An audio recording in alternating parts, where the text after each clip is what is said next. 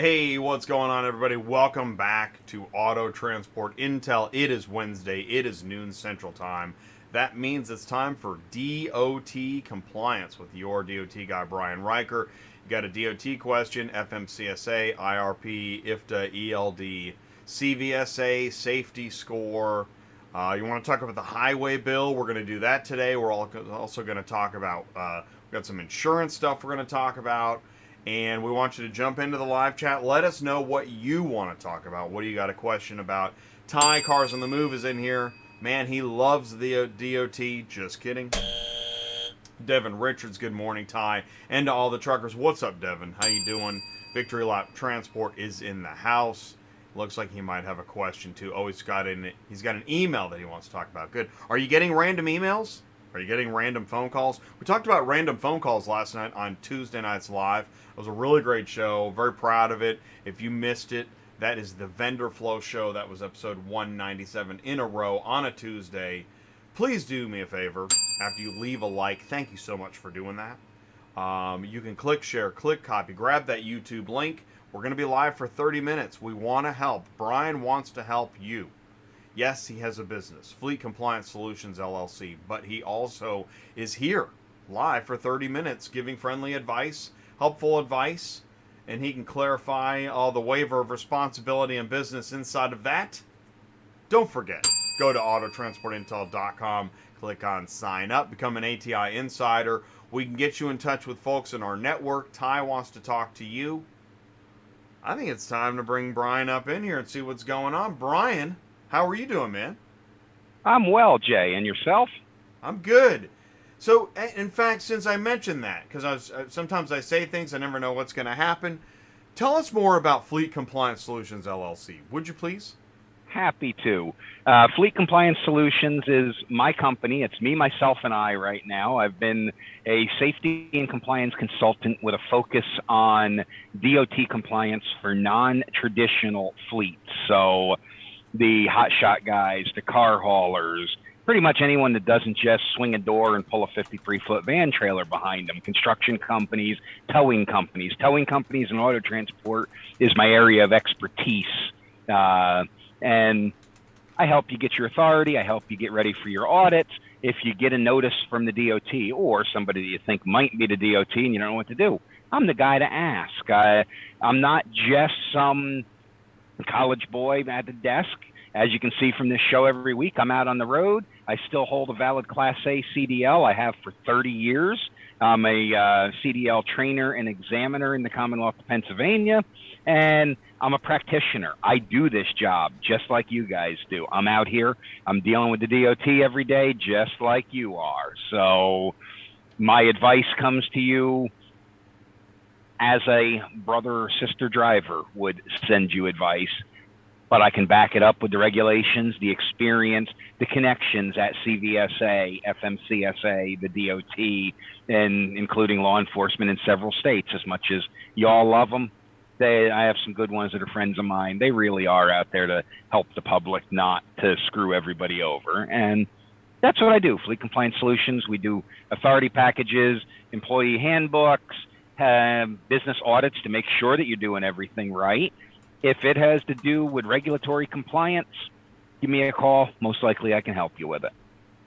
Yeah, and I was just going to finish typing, hey, Vlad's up in here too, and Silver Mint is here too.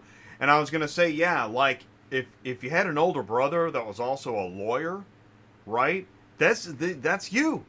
You're the older brother that can really help. Well, thank you, Jay. A little side note.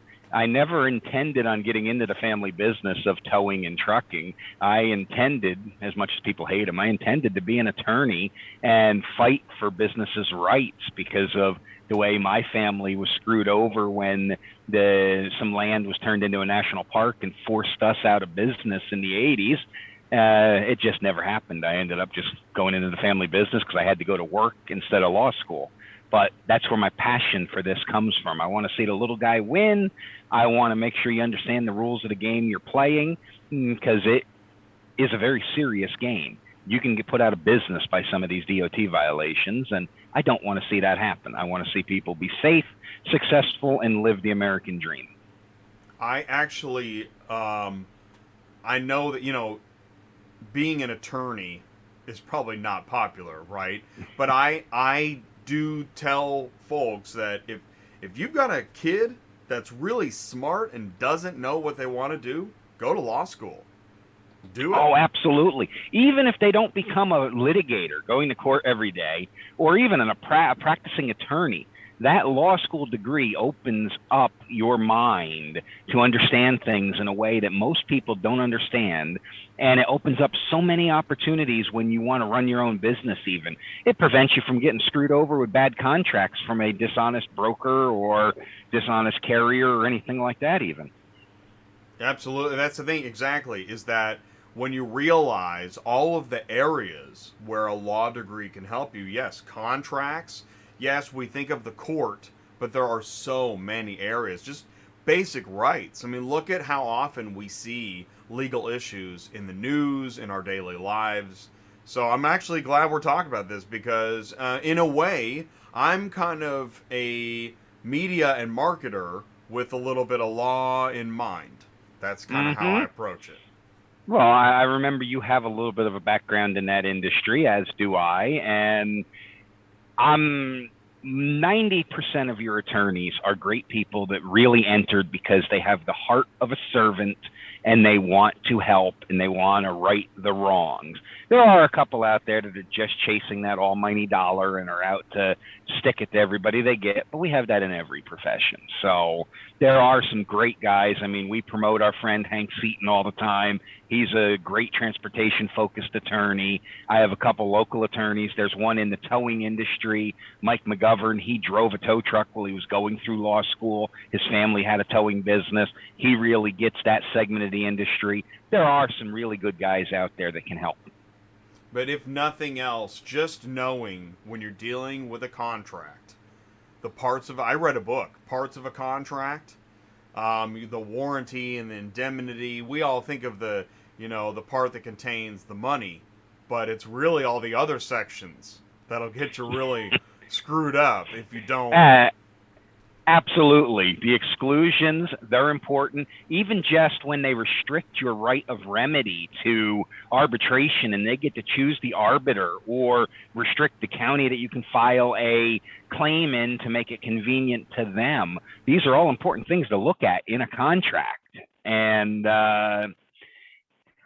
language, we would think English, a word means what it means, but it can have a completely different meaning when you're reading a contract. The context, as small as how punctuation is placed, is important. For example, this week, the Federal Motor Carrier Safety Administration just published a 87-page technical correction to rules that have been on the books for decades, and it was focused mostly on changing and to or moving turning a comma into a semicolon or a period, and it was minutia, but it made a huge difference in what the clarity of what that regulation actually means.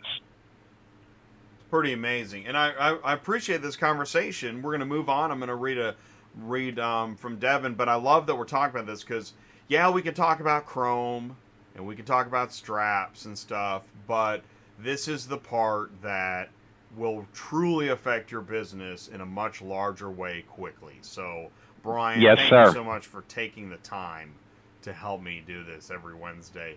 All right, Devin, good afternoon. Hey, Brian, this morning I got an email from UCR registration. Does this pertain to the non-CDL drivers such as myself?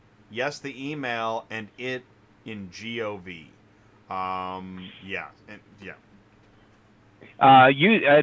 website, the web address or email address, ucrregistration.gov, is a legitimate address.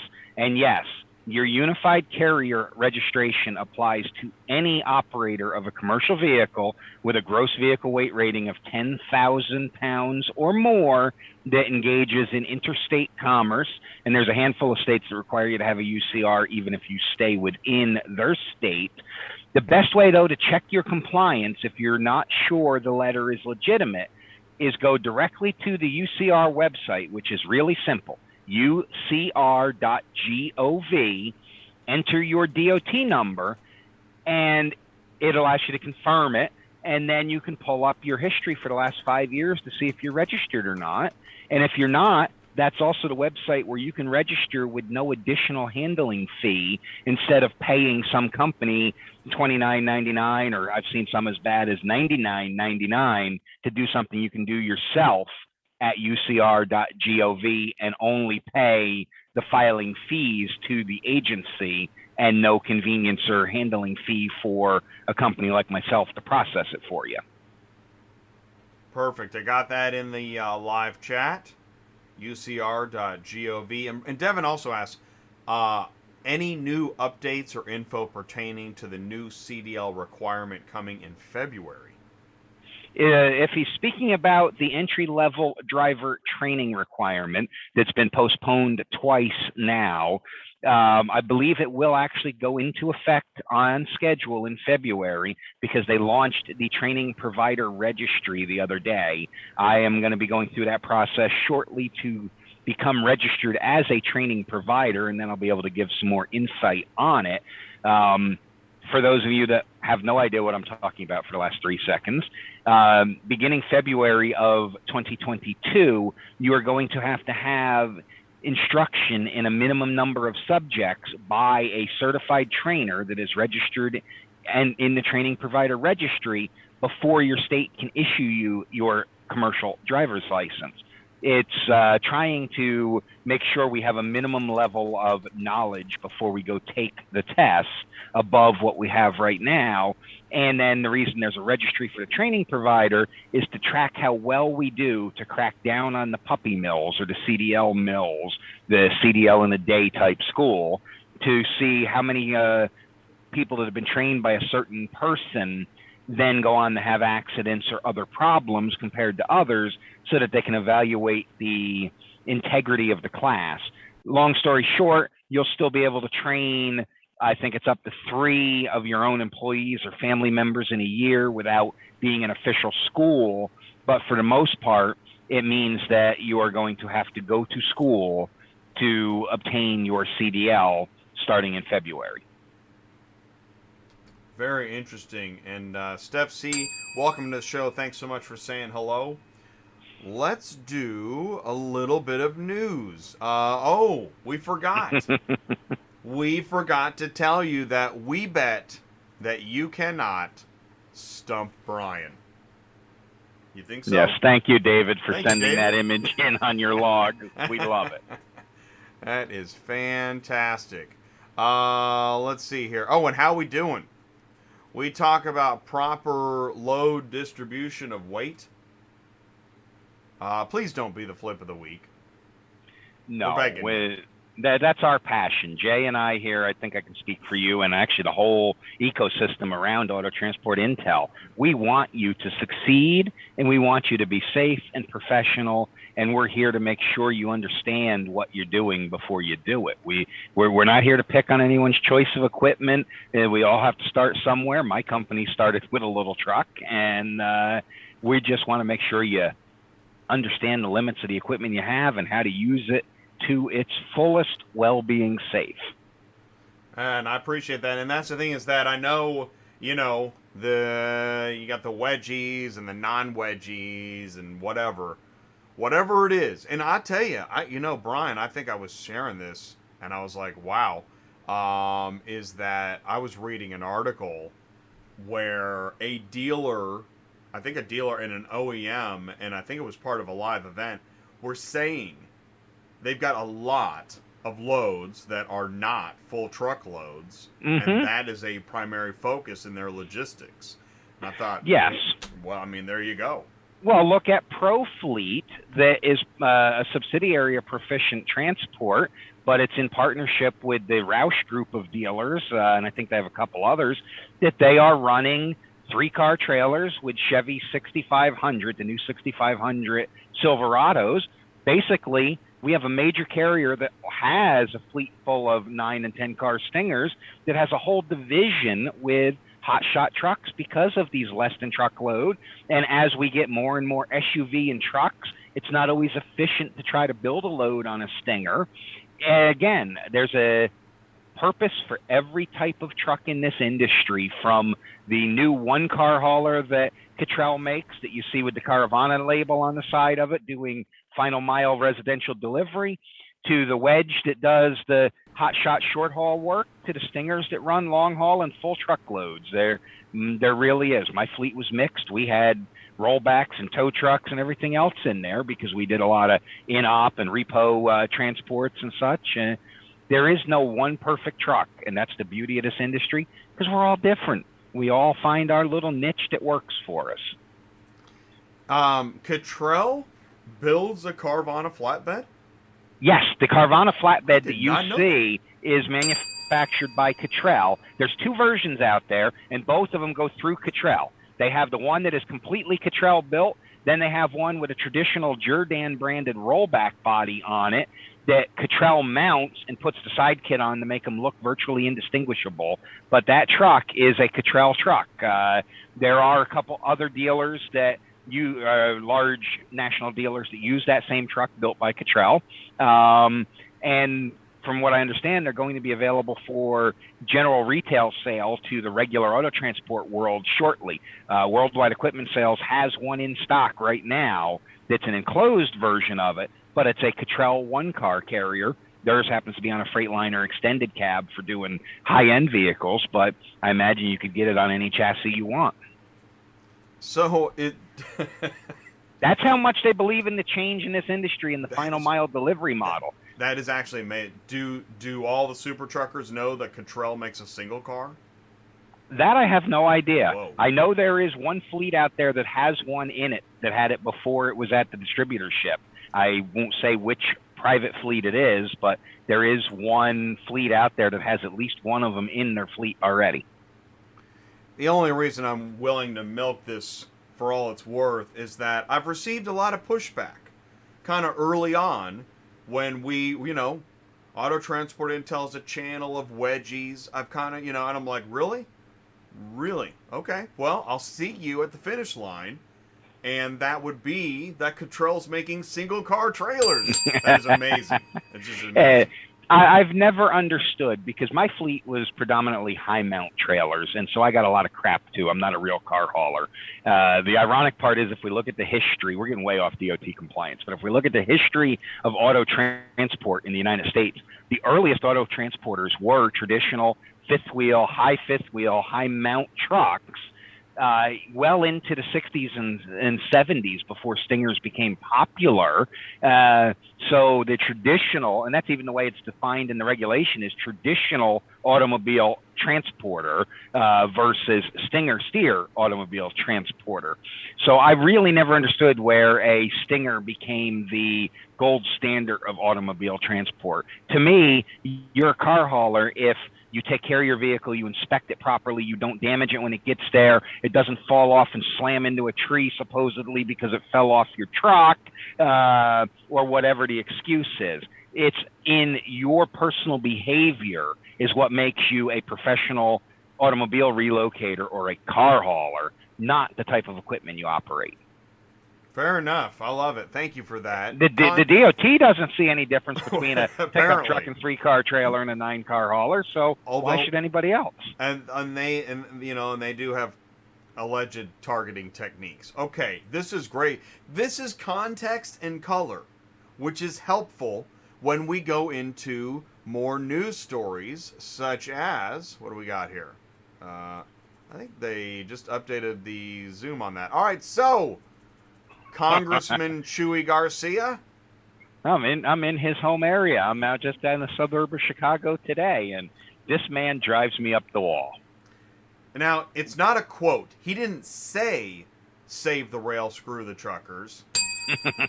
No, that's the OOIDA landline headline for it. Right. Yeah. But it's neat the way it looks. It looks like he might. Maybe.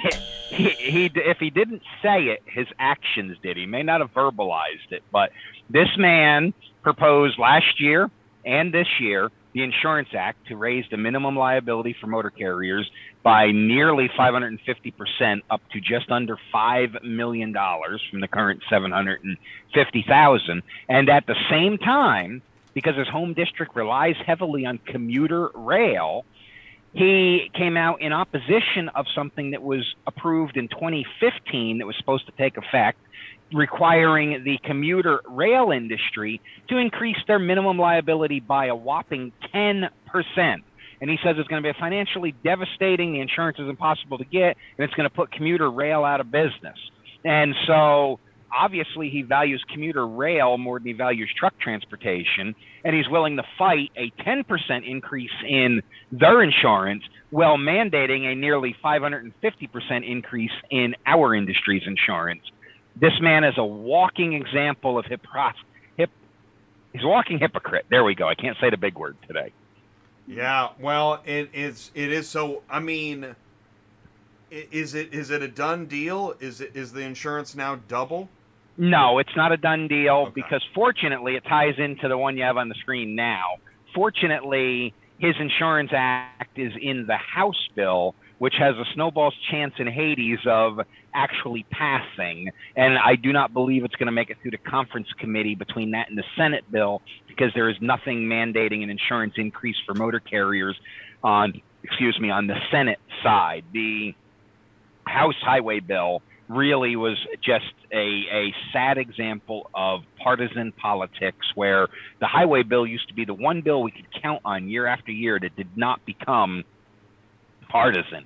It was for the best interest of the country. Didn't matter if it was a Republican or a Democrat that proposed an idea. Unfortunately, the House highway bill is a giant slap in the face of trucking, with insurance increases, mandated underride guard protections, speed limiters reared their ugly head back in there, and a couple others. The only positive in the current House highway bill that they approved is almost $1 billion, that's billion with a B, to improve truck parking infrastructure, to add parking pavement on the ground so we have spaces to stop and rest for the night. And fortunately, there is a companion to that in the Senate side, so it looks like we probably will get some truck parking and rest area improvements. But otherwise, right now it's a disaster.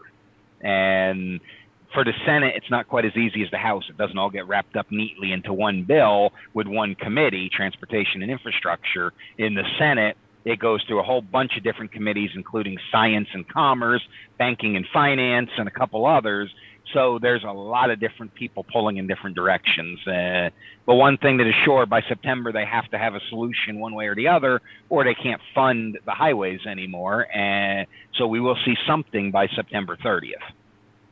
And this is why we were talking about lawyer stuff earlier. Like, I'm listening, and I know a lot of words, but it is tough. I start to lose focus. I start to get dizzy. You're talking, I'm like, man, I'm trying to get the House and the Senate and the bills, and politics is it's a big one. It's hard to manage. That's the politest way I've been told to keep it simple, stupid. But it helps. But you're bridging the gap between what's impossible to absorb on, like, C-SPAN. Watch C-SPAN for a while. Watch it. I go in person and deal with it as the lobbyist member for the Towing Association of America. It's brutal. It's like it is. It is pain. It's painful. I'd rather try to read a doctor's handwriting. So it's really helpful. We really do a great job of simplifying the very complex. Ooh, man, I think we just got a new, like, show tagline. So then I saw this on Overdrive. I found this interesting. They're saying, this would be an op-ed, I would guess, say no to broker customer additional insurance demands. Can you do that? Is that going to work? You can say no to anything, but it doesn't mean you're going to get the freight to haul. The reason they're saying say no to additional insured, when you make somebody an additional insured, rather than just giving them a copy of your certificate of insurance showing that you have a valid policy, you are naming them on your policy, which means they can bypass you altogether and start a claim as if they were you, because they are you. You added their name to your policy and gave them the full rights. They can file a claim, negotiate a settlement with the insurance company, and receive payment all without ever even telling you that they were filing a claim. Additional insured is a very slippery slope, and you have to really weigh the customer and the amount of freight you get from them to decide whether it's worth the risk of putting an additional person's name into your insurance policy. That's the short version of say no to the demands of to be an additional insured. The reason a lot of carriers a lot of shippers or brokers want to do this is exactly that. They want to be able to file the claim without you being involved in it when they feel they were done wrong. And I don't believe that is correct, but that's what you basically give them permission to do when you make them an additional insured on your policy. Really, all they need is your certificate of insurance. They all have a minimum 30-day cancellation period, so they're going to know that your insurance is going to be canceled within 30 days. They won't dispatch you any freight that you can't get delivered within that 30-day window. That's all they need to do to protect themselves. But somewhere, somehow, someone decided to tell them it's a good idea to be additional named insured, and that just gives them too much authority over your insurance policy. Yeah, well, and here's where it gets really dicey. You're a dispatcher, right? Your job is to book loads. And you talk to a broker, and they're like, we need to be additionally insured. And after you yell at the wall, then you contact the driver, and it's so much back and forth, and what's this mean? By the time, man, usually you don't get that load. And then here's what gets really nuts. Let's say you get the load. Let's say you get him additionally insured. Are you going to haul for him again this year? Why did we do all that for? Right, and keep in mind that with a lot of insurance companies, there's a cost to this. Some of them even charge for a COI, certificate of insurance, but an additional insured endorsement may be several $100s with some insurance companies. So you have to really weigh and decide if you're going to have enough work to make that worth it. Or you may not even think about it. You may call up your insurance agent, say, hey, I need so-and-so shippers to be a additional insured. They say, perfect, we'll take care of it. Then you get a bill in the mail 30 or 60 days later for $200. And what's this for? Oh, that's for that COI or that additional insured. But I only made $50 on the whole load profit when it was done. So again, understand this stuff. Ask questions of your insurance agent when you're going to do something. If you have a good agent, not one of the 800 call center numbers, but if you have a good agent that understands the business, somebody like Mr. Yates there, Lionel can explain the dangers of these things to you when you're going to do a move like this. Yeah, I'm going to get Lionel's link and put that into Lionel Yates. He's a friend of the show. Lionel for insurance questions. And I'm typing live. How fast can Jay type live? Walter's got a question. Walter asks, can you use a single axle for a 6-car hauler? Single axle tractor, single axle trailer. Walter, can you give me a little more information? If you're talking like a class 7 single axle tractor to pull a 6-car trailer behind you, then yes, in most cases you'll be all right. You'll have to watch your weight distribution, but in most cases you'll be all right. Most states allow you to put up to 20,000 pounds on a single axle, so your 6-car hauler will be pushing you right about there. And I'm going to go on a limb, and I think he's talking trailer. Do you think he's the way he worded it? Can you do it?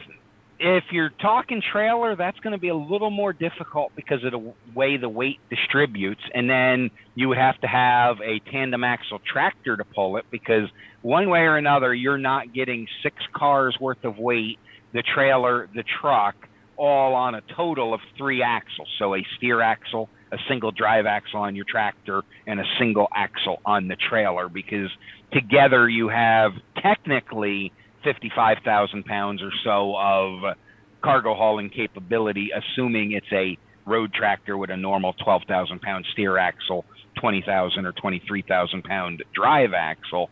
But you're not going to get the weight balance you want to be able to load and meet tire load ratings and axle load ratings and go down the road.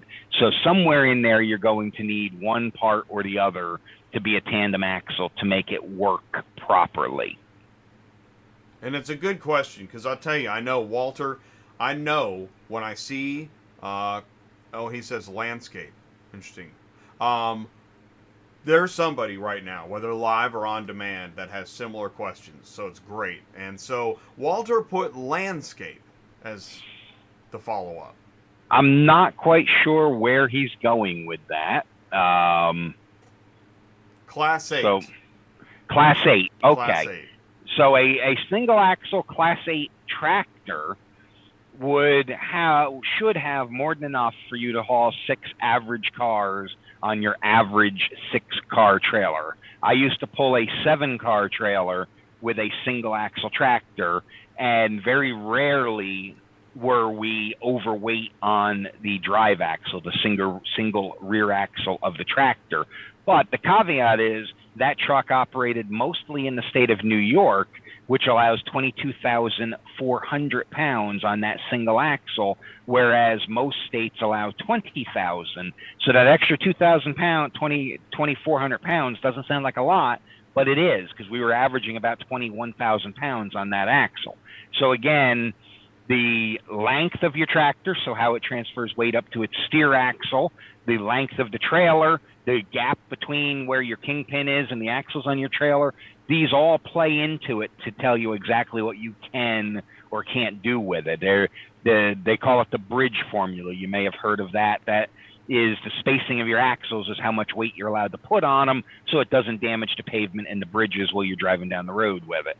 So it gets complicated. But as a general answer, if you're asking about a single axle tractor and a 6-car trailer, you'll be okay with 6 average cars on there. Great answer. We're almost out of time, but here we got 2 bears. This is just an opinion. Do you think about, Brian, what do you think about the very bright lights the cops use during construction sites that blind you as soon as you look at them? I have an official opinion on this. I even have it published in writing in a couple of magazines. My opinion is less is more. So depending upon the weather conditions, overcast, sunny day, dark at night, whatever, most modern light bars are equipped with a dimmer control so that they can have a range of intensity. I believe that, and there's actually published studies too in the law enforcement and fire service that support this, that the lights should be dimmer at night. You should only have lights on in the direction you need to warn traffic. You'll get them sometimes sitting in a construction zone with front and rear lights on, every light that can make flash on the car, and it causes undue distraction to the oncoming traffic on the other side of the barrier because they don't know where those lights are yet. And they have them on full intensity at night, which blinds you as the motorist trying to travel through the work zone. And this same rule applies to construction workers on the side of the highway, tow trucks on the side of the highway. Less is more. They don't need the lights on super bright. A couple of lower intensity flashing blue lights will get your attention just fine in the work zone. And the same thing. In fact, some departments for fire and ambulance have rules now, and in fact, I believe it's Los Angeles County, as soon as they put their apparatus in park and set the brake, all their red lights turn off on it, and just low power amber lights flash while they're sitting there as a hazard to traffic. There's a study out that shows that's much more effective than having red or blue lights flashing, and I've even seen some law enforcement departments in my travels across the country do this now. They'll initiate the traffic stop, and then they turn off all of their red or blue lights and just leave some amber lights on in the back as like an arrow stick to warn traffic. I think that's a great idea because, let's face it, people are getting struck and killed on the side of the road almost daily, and there is huge misuse of lights in general in this country. In a towing group, someone posted last night a picture of a BFI garbage truck with blue lights on it because Texas has authorized blue lights for construction workers, garbage trucks, and stuff like that. And he's sitting in traffic at a traffic light with a blue strobe light on. It was absolutely asinine, but it makes a great point that lights are being overused and misused. So thank you for asking, Dave. I got to get up on my soapbox for a minute. That was incredible. Did you know you were speeding? Did you know you have a dimmer switch? Okay. Let's see here. We're over time, but reminder: Operation Safe Driver Week is set for July 11th through 17th with a focus on speeding. Yes, their focus is speeding and other distracted driving behaviors in and around commercial motor vehicles. So not only will they be targeting the truck driver during this enforcement campaign, they will also be targeting the non-commercial driver, the automobile, the other motorists, the other roadway users, and focusing on their behavior around trucks to bring awareness to speed and distracted driving and just general safe driving around trucks. So this is the week to make sure you set your cruise control at or a tick below the speed limit. Don't play with your phone, which you never should do anyhow, and be a good boy with your seatbelt and proper following distance and everything else, because that's what they're going to be focusing on. And that is, so July 11th through 17th. What's the dates on that? That's this coming week, Monday or Tuesday, I believe. Monday, check my calendar here. I think that's, so that's Sunday to Saturday. Okay, it's a whole week. It's a whole week. Don't speed next week. Yes. Good luck with that, right? Pretend you're a Swift driver and hang out in the middle lane at 62 miles an hour. You'll be just fine. Mm-hmm. Go rent a Ryder truck. It's got a governor. There's no way you can speed in that thing, I'm pretty sure. Allegedly. Great information. Great show. We're going to save. We'll do freight forwarder next week. Sure. And also I got something about what driver shortage is also in the, and I know that's a giant. Do not open that can. We don't have time. No. So we'll talk about that stuff next week. Sounds good, because freight forwarder is an important subject that I want to give the appropriate time, because it's a little understood, little known type of operating authority. So sounds good to save that till next week. Yeah, I was reading. It is. I think you've got some really interesting things to say about it. Helpful stuff. And again, it gets into almost lawyer stuff. It's amazing how legal stuff gets quickly when you don't realize it, right? And you think you're just going to sell lemonade for a nickel? Think again. Amen. Okay, Brian, I want to thank everybody for joining the live chat. Thank you so much for your questions, for tuning in. Brian, thank you so much for your time and your advice. You're welcome, Jay. Thank you, everybody. See you next Wednesday, noon Central. Okay. Any questions? On air at YourDOTGuy.com. Oh, that's right. Let me go ahead and share that link. Yeah, I didn't mean to cut you off. No, there, Jay. I'm glad you said that. Yeah, I just put it in the live chat. That's your email address. If you want to email Brian, you've got a question, make sure, because don't you hate it when you send an email and you're waiting and you're waiting? You're like, dude, what do you live in a cabin? No. Send it to onair@yourdotguy.com, and that will get it in front of Brian, and he can take a look at it, because Brian's on the road. He's busy, but he really wants to help. So send him an email. Thank you, Jay. All right, and if you're watching on the podcast, thank you so much for doing so. Take care. Okay. How can they watch on a podcast? If you're the podcast is audio only. If they're watching on the YouTube, take two. Here we go. And Auto Transport Intel DOT Compliance. Take two. It's the end of the show. That's a wrap. Okay, that's a wrap. We'll see you next week. Thank you guys so much for tuning in. Bye. Okay, bye.